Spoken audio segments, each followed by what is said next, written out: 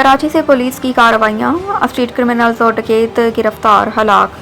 कराची में पुलिस की मुख्तलिफ कार्रवाइयों के दौरान स्ट्रीट क्रिमिनल्स के खिलाफ अहम कामयाबियाँ। रज़विया थाने की हदूद में पुलिस मुकाबले के दौरान एक मुलज़िम उसामा वल्द तनवीर ज़ख्मी हालत में गिरफ्तार, जबकि उसका साथी दानियाल अंधेरे का फ़ायदा उठाकर फ़रार हो गया। पुलिस ने असलहा बरामद करके ज़ख्मी मुलज़िम को आबासी शहीद अस्पताल मुंतकिल कर दिया। न्यू कराची सेक्टर 11E में पुलिस कांस्टेबल ने बरवक्त कार्रवाई करते हुए डकैती नाकाम बनाई। फायरिंग के नतीजे में डाकू यासीन बंगानी हलाक हुआ, जिसके कब्जे से 9mm पिस्तौल मिला। वारदात के दौरान 2 साथी भी जख्मी हुए, एक फरार जबकि दूसरा अस्पताल में दम तोड़ गया। हलाक डाकू का संगीन क्रिमिनल रिकॉर्ड भी सामने आ गया। इधर जोहराबाद पुलिस की खुफिया इत्तला पर कार्रवाई में 3 मुलज़मान गिरफ्तार।